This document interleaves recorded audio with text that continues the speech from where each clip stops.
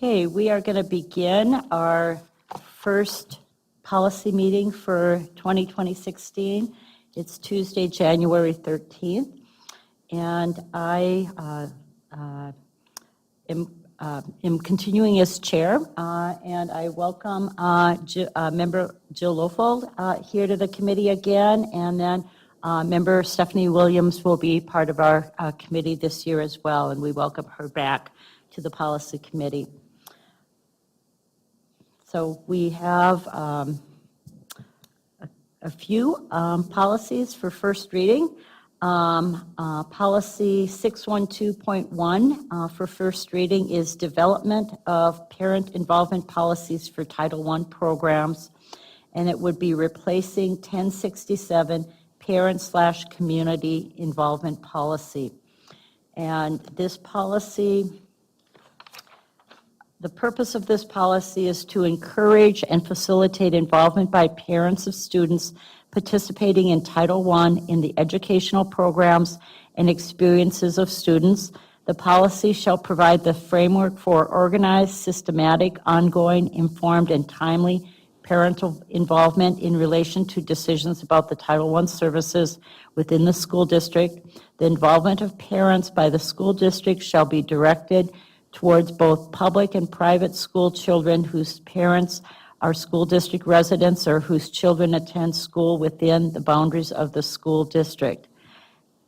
And this is a new policy, and is there someone that's going to speak towards it? Okay. I'm sorry, what did you just say, Rosie? Did you want to speak, highlight anything within this policy or how it was reviewed? One of the resources I saw at the end where the policies have legal references, cross-references, and then resources, it does say the U.S. Department of Education Parent and Family Engagement Guidance from January 2025, so I was just curious if anything has changed since then, but and this is kind of a basic Title I. Director Sparts, would you mind introducing yourself?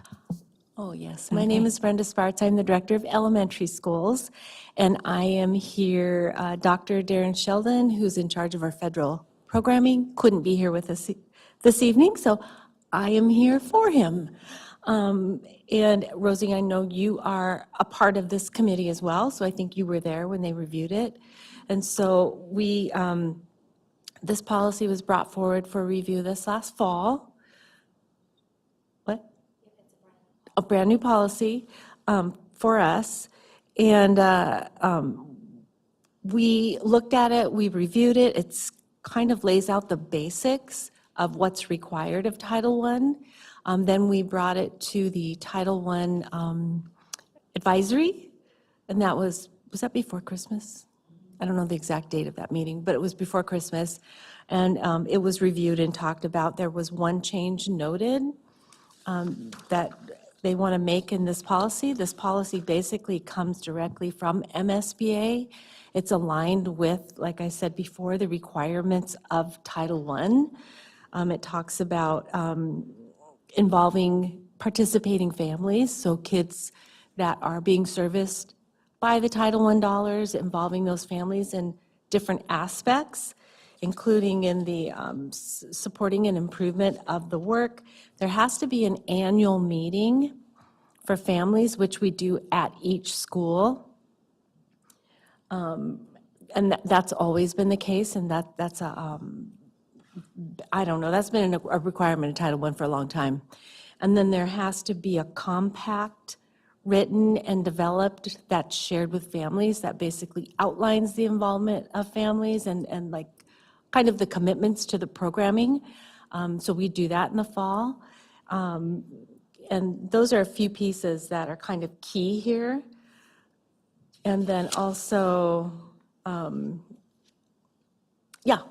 so the one change you were referring to, was that the one that fell under D number 8? yeah, Okay, exactly. So establish a district-wide federal program advisory council to provide advice on all matters related to parental involvement in Title I programs. And that has been in place for a few years now. Now, I've just been involved for the last, I think, 3 years, so prior to that, I don't know if that existed, but we do call it the Federal Program Advisory Council. So I think Darren just wanted to align the language with what we call that group. So, And it was a large number of people that were there across the district in the meeting we had in December. yep, I got maybe 15 people at least. yes, yeah. And it has traditionally been, I think even a couple years ago, it was like a full room full of people when we had those meetings. So that's the only change he wanted in this, is just to make sure that it's kind of Duluth language for the committee that's actually meeting, and it's called the Federal Program Advisory Council, not the Parent Advisory Council. Even though there are parents that are also on that, as well as staff, so. There and are, yeah. community. Okay. So again, this is a first reading on it. Any other additional questions? Again, my question just was, when I read through the resources again, I just was curious because it stated it was January 2025, if anything has changed since then from the U.S. Department of Education. Not that I know of. Go ahead. I was going to say, I can speak on that a little bit. That resource is actually, I received it in a newsletter from MSBA. They have, on some policies, added some resources, and that was one that they specifically added and requested to this policy, so that leads me to believe there hasn't been any changes since 2025.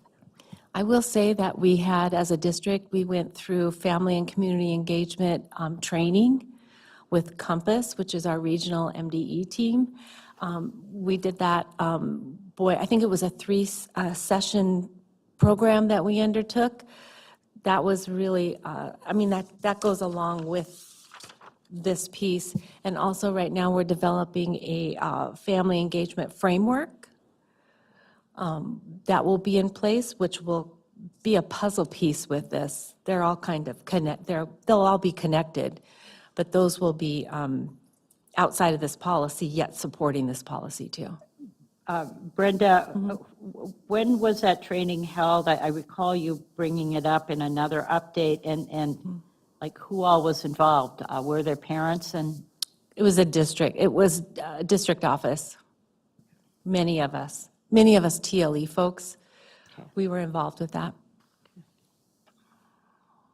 Member Lofold? So I have no real strong questions about the policy, because I just know that it looks like we've done this all and it's been a question just why did we just have title and we didn't need a policy, because it was just always under the MDE, and we all knew what title dollars needed and what the district does and how to qualify. So I just wonder why we haven't had a policy, unless it just is something we just never thought we needed, until maybe Dr. Sheldon thought that it would be best to clarify it, or was it a legislative? I'm not sure, but when I read through here, it does follow Yeah. the MDE guidance and the protocols already established through various avenues. So I see the words are all in here. So it mirrors all the other things that I know from Title I. Go ahead, I'm so sorry. And I would just say in general, and Patty might have more specific, probably does, but in general, I would say that there's always a move towards increasing parent engagement, and I would say that over the years, many organizations have lighter or kind of perfunctory check the box parent engagement sometimes, and so I think that having a policy like this, the intention is that, to codify it in policy, that we need to do this. So I think rather than just have it being a best practice, for us to say this is something we should do, and beyond just should do, we must do it if we have it in policy. But Patty, you might have more to say. Well, and I was just going to say, I think it's part of our transition too, from the 1,000 series to the hundreds. We haven't adopted all the MSB 100 policies yet, and this is one of them that we really do need to adopt. because it is a mandatory policy. Yep. And then just a follow-up with this 612, the numbering. So, is the point one, because there's going to be another policy probably coming forward that we're creating that's going to be a 612, that kind of ties into this as an overall umbrella? Yeah, okay. We already have I think we already have a 612, because when I was looking back on legislative changes, there was a legislative change to that in a year or two ago. Website, I don't see 612. Okay, I'll have to look into that, but there is a 612 as well. I can't say for sure that we passed it, but I can look back because there's so many to keep track of. But I did see like a year or two ago, there were some legislative changes related to that one too. So, but this is the MSBA numbering sequence. They're the ones who numbered it this way. And if you look at the policy 1067, which we're deleting, that was first adopted in 1996, which was originally when this first was also adopted in 1996. So, I mean, there's that overlap because of the numbering changes, I think, as Patty suggested. So, and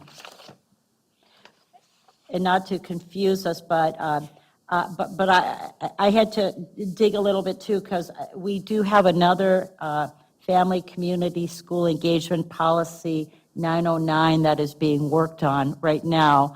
And so by deleting 1067, we're not forgoing any parent community involvement. We have another policy under the 900 series that is broader, but also is about family and community and school engagement. So some of the language in 1067 is similar in that draft policy that we'll be bringing in front of us again, that we had reviewed this past year and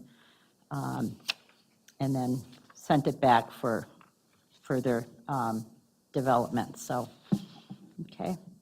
So any other questions on 612? Okay, and you'll just kind of clarify if there's another 612 out there. There is a 612, this one's 612.1, and I am just double checking because I have it crossed off, so I'm thinking it might have just inadvertently not got attached to the website. So I will look back and figure that out. And if it just got missed, I'll get it on there, and if we did not adopt it, then that'll be one we'll bring forward eventually. Okay. Great, thank you, Brenda, for the background on that as well, and thank Dr. Sheldon for his review of this as well and bringing it forward. The meeting that we did have in December was a lot of great information was provided. Yeah, a lot of really great information on a number of topics related to Title I and other federal programs. So the next policy for second reading is Policy 709, Student Transportation Safety Policy, and this is replacing 3150 and 3160. And the purpose, again, of this policy is to provide safe transportation for students and to educate students on safety issues and the responsibilities of school bus ridership. And as we talked about in the first reading, Jeremy, our transportation manager, had reviewed it and brought forward, and I think Simone had walked us through it at that first meeting. There was a few language changes around the school district's transportation manager versus safety director name change.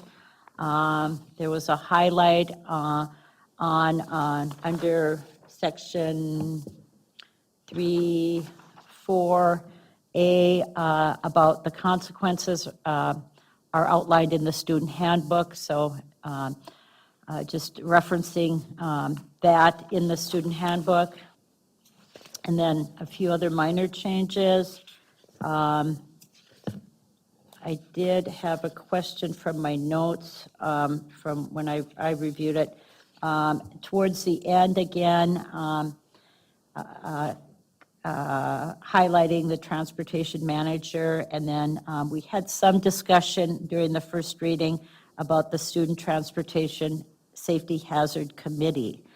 And one of the things I just noted is, Simone, you said every August there's a report we do to MDE, and yeah. And then I did have just a note under legal references, hazard not in the state. I think it had to do with one of the state statutes. Did you have any notes from the state statutes from that first?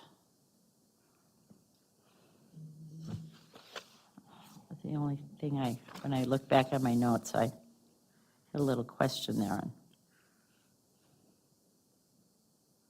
But it could have been my own notes too.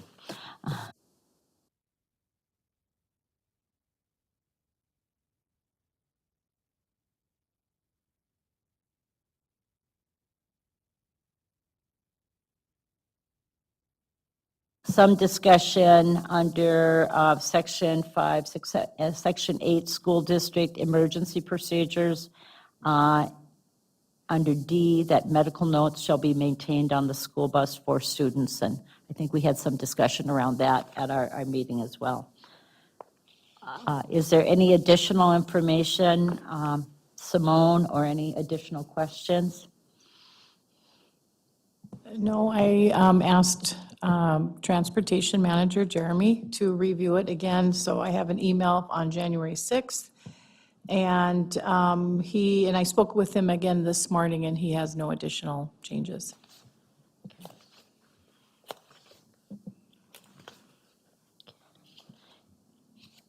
Okay, any other questions, comments? And we do have a Transportation Committee, and we have a board member that is on that committee. And that's not required, but we have established one, so thank you. I do have something else I could bring up. It was shared with principals, and we did have one principal that asked who keeps track of the training for the students. And that's not, Jeremy replied, and it's not kept at the transportation office. It would be a site responsibility. And the requirements are students in kindergarten through 6th grade enrolled during the first or second week of school must receive school bus safety training by the end of the 3rd week. Students in kindergarten through 3rd must receive the school bus safety training twice a school year. And then students 7th through 10th only need to receive bus safety training or instructional material if they did not receive the training while enrolled in kindergarten through 6th grade. So if these students require the training, for instance, recently moved to Minnesota, the training must occur by the end of the 6th week. But the point here is that the training attendance is kept at the sites, not by transportation.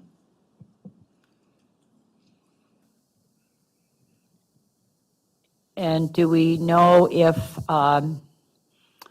that's consistent from building to building on how it's recorded that the training has happened? I would think so, yes. I know that transportation does a good job sending out messaging in the fall, and kind of having them comply with it, so that's what I've seen. It's an important piece. Very important piece. Any additional questions, Member Lofold? And I apologize if I have not seen this in this policy, and I don't know why, I think I know why I'm asking the question, but so this policy covers, transportation safety, student conduct. Do we have policy that follows a state statute or a district policy about people boarding a school bus in the case of safety? Does that cover, is this in that policy?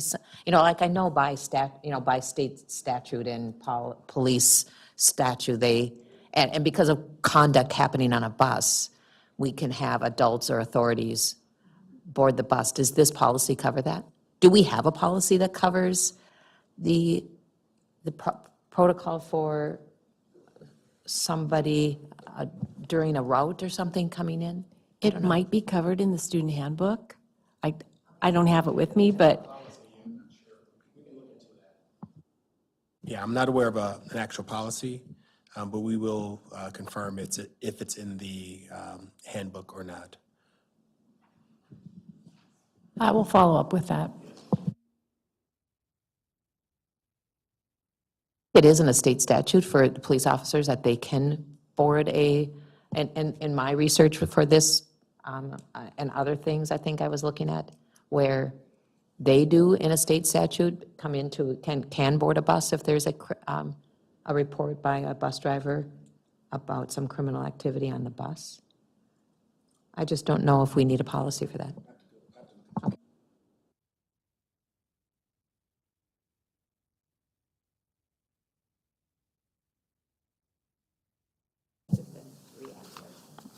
Yeah, that's a great question.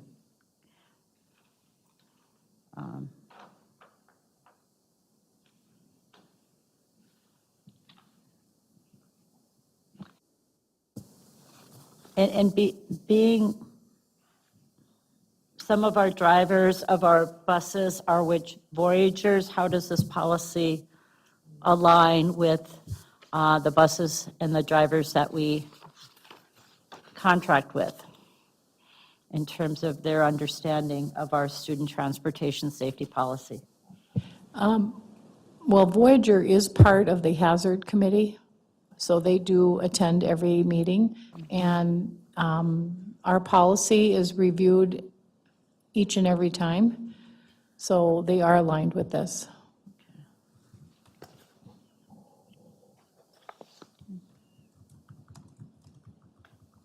So being this is our second reading, and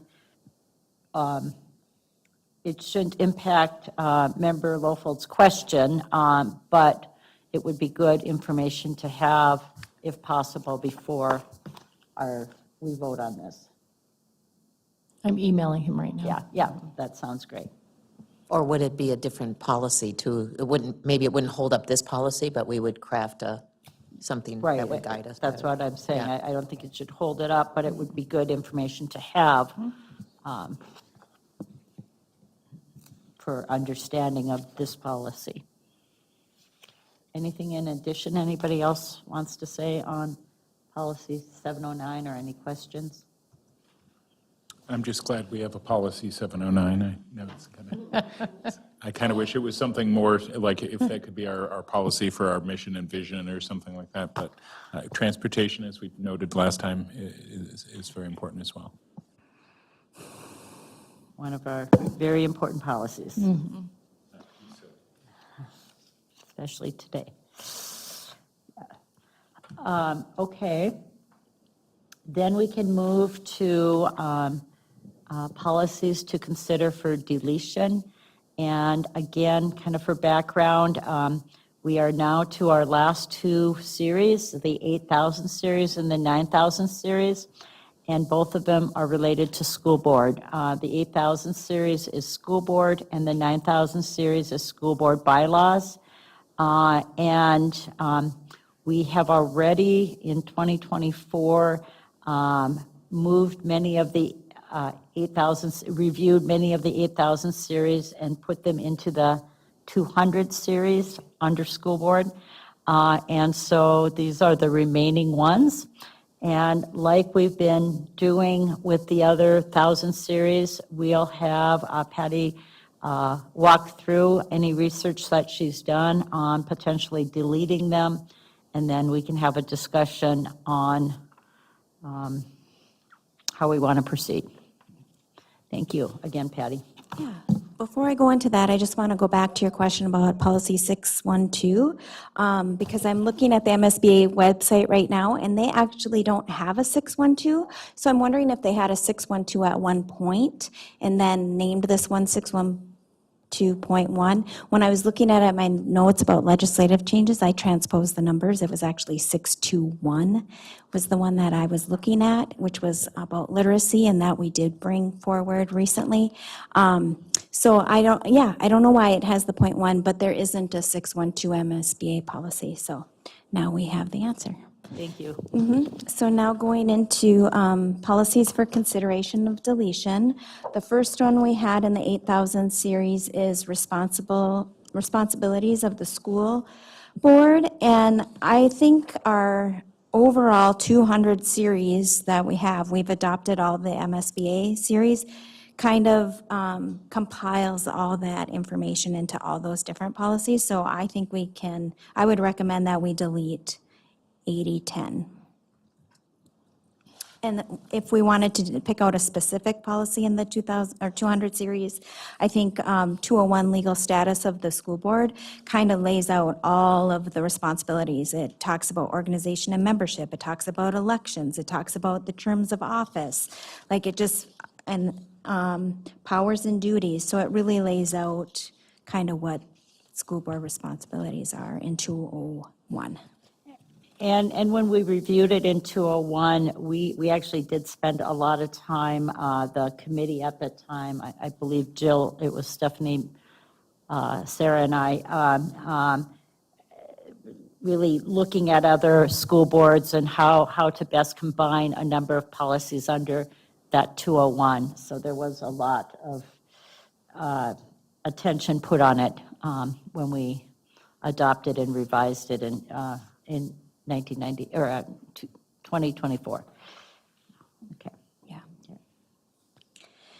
So then our next policy, 8035, reimbursements for negotiations. I didn't really find anything in my research that's specific about compensation just for negotiations. So my suggestion for this policy would be to either renumber it with a number in the 200 series, or when it's time for us to revisit policy 250, which is school board compensation, and it's up for review on odd number years, so it'd be up for review in January of 2027, to revisit updating that policy at that time to include compensation regarding negotiations. So if we wanted to keep it and consider adding it to that in 2027, then I would say renumber it for now. If it's not I don't even know, since I've been here, if we follow this. And if we don't even follow this and we don't have a different stipend for negotiation compensation, we could delete it and then revisit it still in 2027 when we're looking at the compensation for the school board. Thoughts? And we have not followed it, my time on the board, so. And I should mention, the statute that it's associated with, 123.33, is actually a repealed statute. So I wonder if way back they had specific for negotiations, but maybe that's not a statute anymore where you have to have that specifically. It was renumbered to another number, but it doesn't specifically talk about just reimbursements for negotiations. Member Lofold? And I would, support what what Chair Loeffler-Kemp said too, is I don't know if we want to spend time doing a potential policy about a stipend for school board members on a negotiating team. We don't have that right now. And I would think that we would just delete this. And if at any time the board decides in committee or in their regular board work to initiate a negotiating committee and it passes the school board's to establish that, then I would come up with a compensation. I wouldn't necessarily just wait till 2027 and when we revise that 250 that we would think about adding that. I think if it ever becomes a committee and then the school board in collaboration decides whether or not they want compensation for it, then I think you'd go ahead and craft a policy 200.2 or something, something like that. So my recommendation would be to delete it now and we'd cross that bridge when we came to it. Sounds good. The next policy is 8040, retirement from the school board. I did not find anything about that. So this would be, there's no statute attached to it, so that we would just have to decide if this is a policy that we delete or if it's something specific to Duluth that we felt we would want to keep.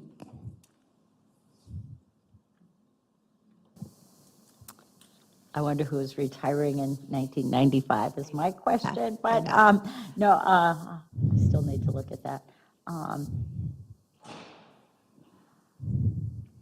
It feels like, or if you look at kind of the 5 points on some privileges, that those privileges are available anyways.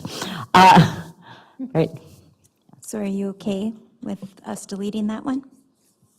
I would I be- delete it. Yeah. I think sometime, we've evolved quite significantly in the last, 20 plus 1 years. Yes. And maybe, I don't know, it seems like we had a lot of policies up until about 99 or something, like just for anything, like, okay, we wanted to have a school board celebration for retirement of us, of members, so we had to craft a policy. If we want to celebrate board members as they decide at the end of their term they're not coming back, I don't think we need a policy for that. Agreed. Okay, so our next one is 8055, negotiations of code of ethics. When I was looking at this policy, all 3 statutes that are listed in that first paragraph have been repealed.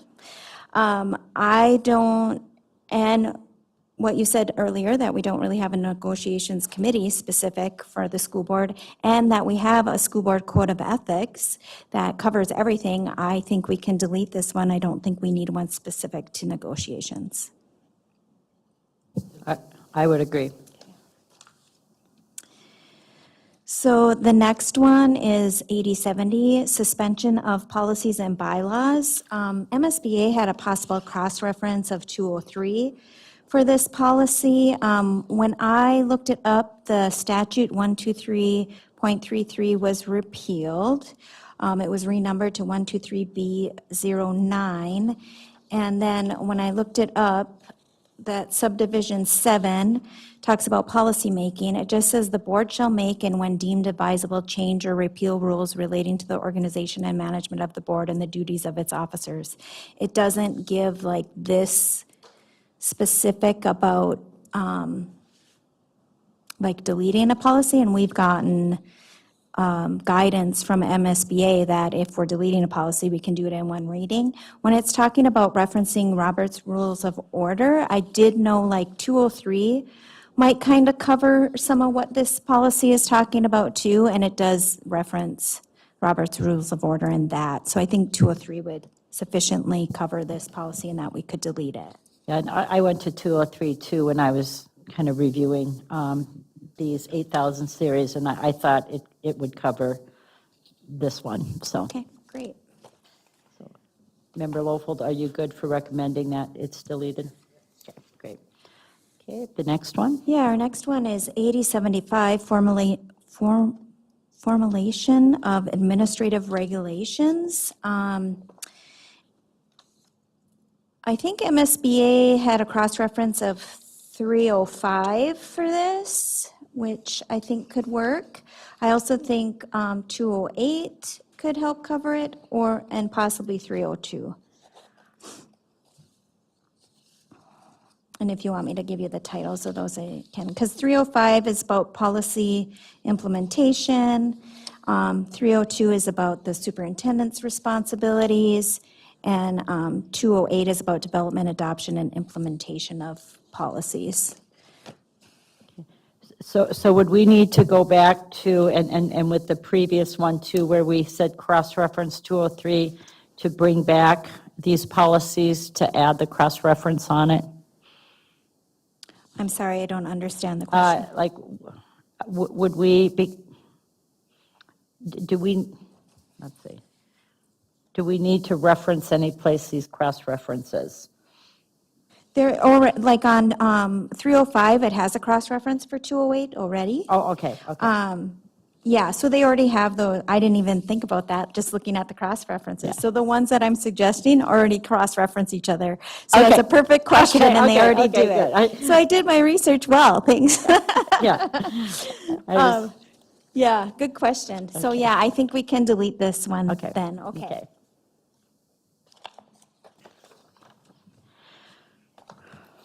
All right. So then the next one is 8105, coverage of school board meetings. When I read this, I just kind of felt like it was antiquated and not really necessary. Like, the news can come to any public meeting. I don't know why we have to have a policy that says that they can.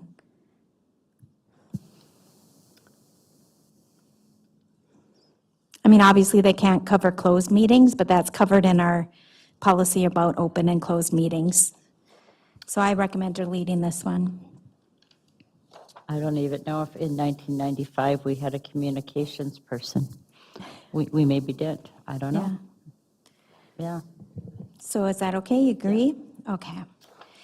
Then the next one. Delve into the history of the school board. Right. No, Okay, so our next one is 8120, disposal of school board properties. And MSBA did a possible cross-reference of 802, which we have adopted. So, and when I was looking at the statutes that are attached to it, they're all repealed. So I think we're good to delete this one. I think we're covered with 802. I'm sorry, Patty, just going back to the coverage of school board meetings, did you give a cross-reference for any of, or did we? I didn't give any cross-references for it because we don't really have Okay. a policy specific to media coverage. I was just saying that in our policy, which I don't know the number off the top of my head, but it gives definitions of open and closed meetings. It can tell you there which ones are open to the public and which ones aren't. So we would know media is not welcome at a closed meeting.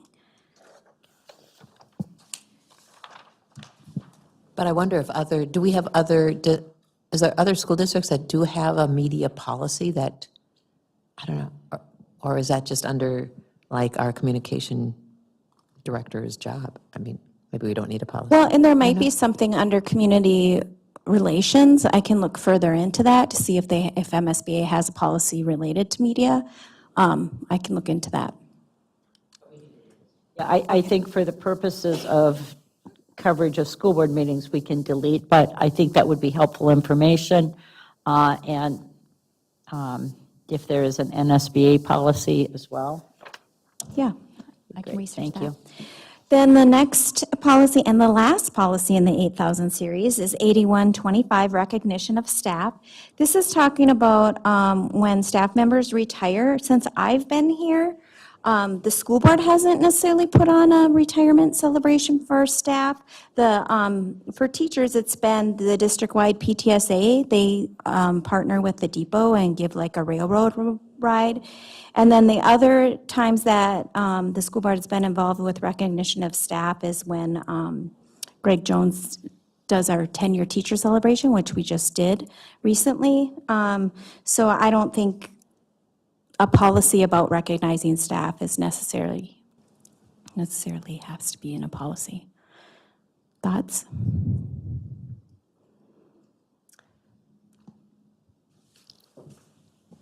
So I'll just, we did have a celebration the year I retired, and I think even for, maybe under Superintendent Gronseth, it was kind of a tradition, or he established that, but it wasn't, it was at Lincoln the year I retired, and I have a nice little crystal bowl. And then I think Simone, too, in your financial outlook and all of that, I think there was a determination that the expenditure for that celebration didn't line up with, where funds might be available. And then the question is when we are tight on funds, where does that money that we use to celebrate teacher retirement? And then the union also recognizes at least teachers. And I think I think when I went to my celebration, there were other staff. There were custodials and nutrition specialists and paraprofessionals, but that's a lot. And I would say, and I'll let I don't Simone have any. comment, but I would say, since I was here, basically, I just followed the traditions that were in place when I got here. We're not opposed to, I'd be glad to have more traditions and do other things. It's a little different than other places I've been, just as far as the way, like, because Like there's the union teachers celebration and the train ride, which are great. I've been in other districts where there's something organized by the district, and I think I was also transitioning in during COVID, so if there's a desire to revisit that and have something else, I think it's important that we honor our teachers as they retire, and so I think I'd be glad to revisit it, but I know that there are also restrictions on how funds can be used. And not just our teachers, but any of our staff sorry. that retire. I apologize, not just teachers, of course, all of our staff are important. I apologize. Well, and by me recommending to delete this policy, I'm in no way saying that, that I'm not, but I just don't think we need a policy, just like you were saying about if a school board member retires, we don't need a policy saying that we're going to recognize them. Like, we can find ways to recognize staff when they retire without this specific policy.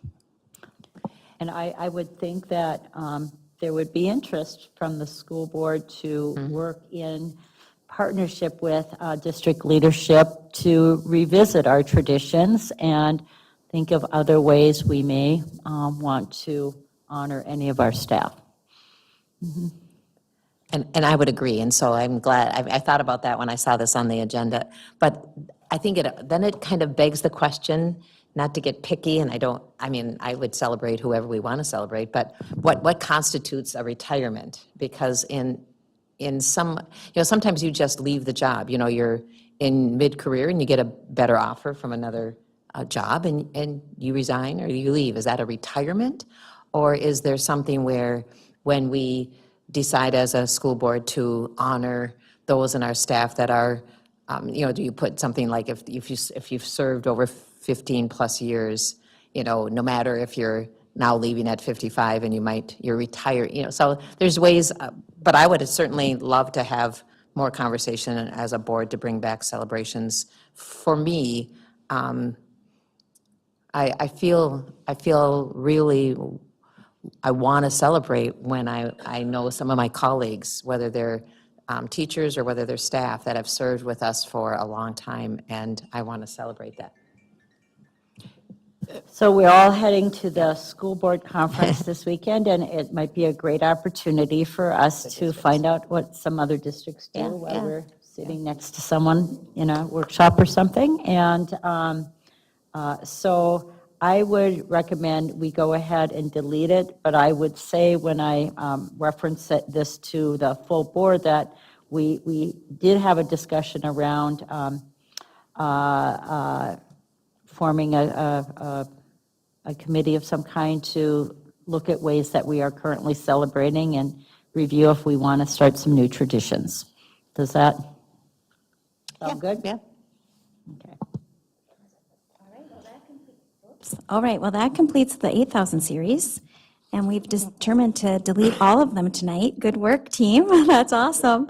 So now we'll move on to the 9,000 series, and we have, the first one is 9,000 annual meeting. This is actually covered in 202, which,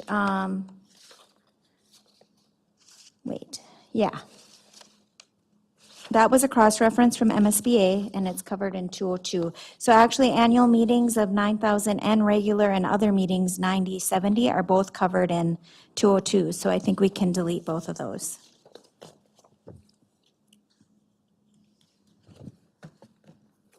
Any questions or concerns? I was just going to,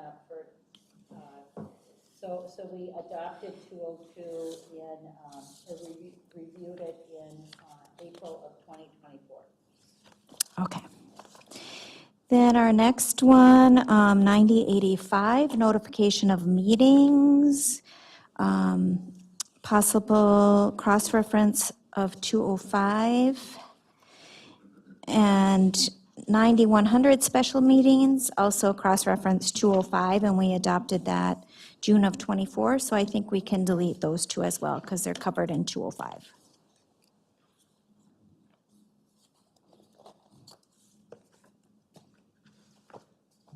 And I know you mentioned when we reviewed 205, but I didn't. June of 2024. Okay. Sound good? Then that Yes. concludes our considerations for deletions, and we have decided to delete all policies we discussed tonight. Thank you. Excellent work. Does that still leave some in the 9,000, or now we're all done with 9,000 too? We're all done with 8,000 series, all done with 9,000. I think 2,000 is the other one we're completely done with. And then on the docket for next month, we'll be bringing 6,000 series. And just kind of for reference too, with the 8,000 series, 20 of them are, when we adopted them, or reviewed them and adopted them in the 200 series. So Okay. there's 20 in the 200 series, and then I'm not sure how many in the 9,000 series that are now in the 900 series, but we Yeah, had looked at quite a few of them already, so, yeah. Okay, excellent. Any other questions or comments? Okay, great. Thank you again, Patty, for all your work in bringing these forward, and yay.